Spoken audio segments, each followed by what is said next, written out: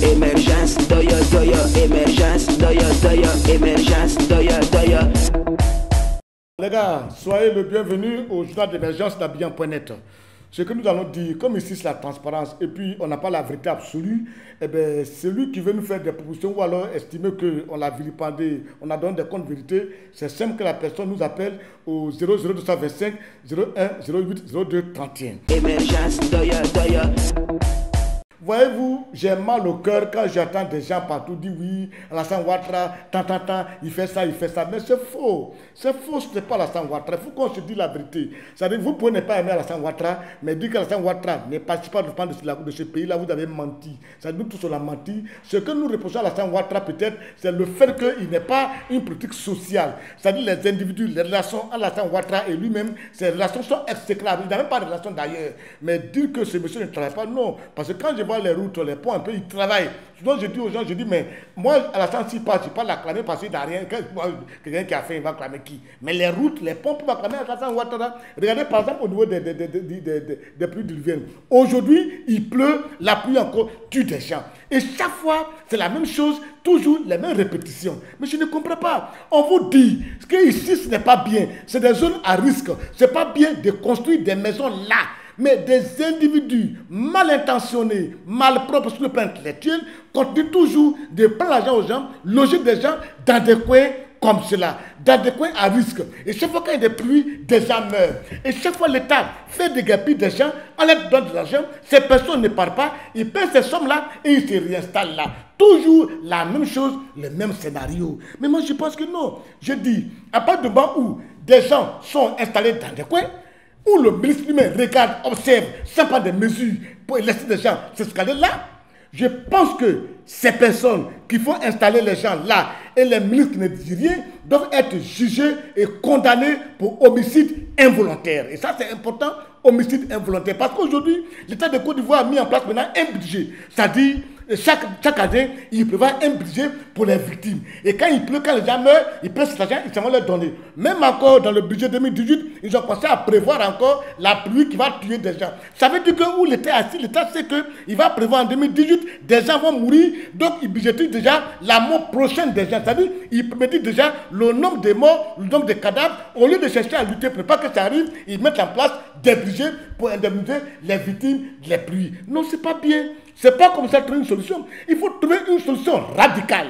Une solution radicale. On ne peut pas donner de l'argent à des gens qui s'entêtent et qui continuent encore de se réinstaller et rester là. Émergence, doya, doya. Et puis rappeler au DG de douane, son arrivée m'a beaucoup enchanté. J'ai dit, M. Dapierre, il faut revoir le problème des affectations au niveau de la douane.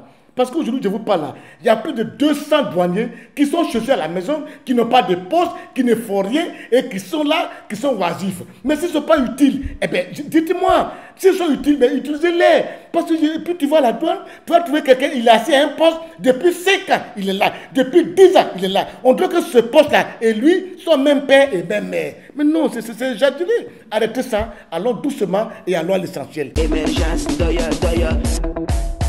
Aujourd'hui, nous allons parler un peu de la francophonie. Parce que la francophonie, c'est un événement de portée mondiale.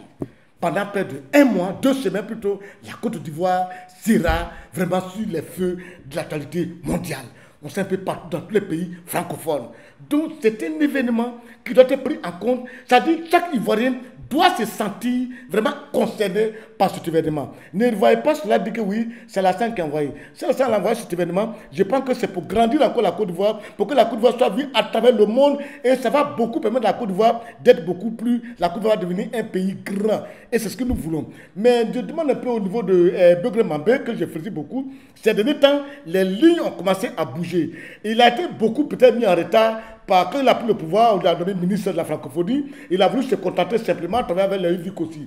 Mais Yvick aussi, ce que Begré ne sait pas, c'est déjà, ils n'ont pas joué franc jeu avec le monsieur. Donc ce qu'il devait faire pour la sensibilisation, pour dire le monsieur à ce que tout le monde soit impliqué, Yvick aussi n'a pas fait. Les maires n'ont rien fait. Et toujours si compte sur ces maires-là, je vous dis, il va rater sa mission. Ce que je lui demande, que lui-même, il tombe sur le terrain, qu'il fasse des meetings. Parce qu'on est compté sur ces maires-là, ils ne vont jamais faire, quand ils sont assis, parti, qu'est-ce qu'ils disent? Ils disent oui, mais but de faire. Tu parles de ça. Il a reçu un budget que lui-même fasse ça. Pourquoi il veut que nous-mêmes on le fasse? Voyez-vous, cette façon d'être hypocrite, moi je n'aime pas ça. Ou bien vous acceptez de travailler avec le monsieur, vous le faites, ou bien vous le refusez et vous ne le faites pas. Et puis n'oubliez pas, vous tous, à qui on a confié les maires, vous qui devez faire la francophonie avec lui, mais vous êtes tous des élus du RHDP. Je ne comprends pas quelle est cette amitié que vous faites. Et puis dans le dos, vous tapez des gens dans le dos des gens, vous faites de l'hypocrisie. J'ai dit à Bébé Mambé de s'éveiller. C'est d'un temps, les lignes ont commencé à bouger un peu.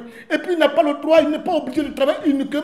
Il travaille déjà avec la télévision ivoirienne, mais qu'il travaille avec les autres radios. Il y a d'autres radios qui sont là.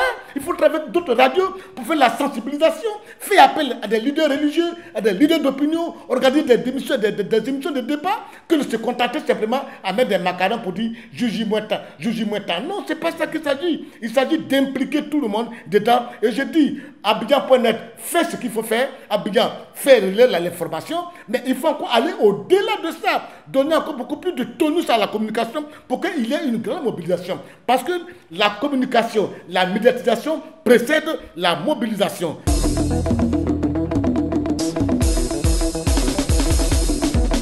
Émergence, doya, doya, émergence, doya, doya, émergence, doya, doya.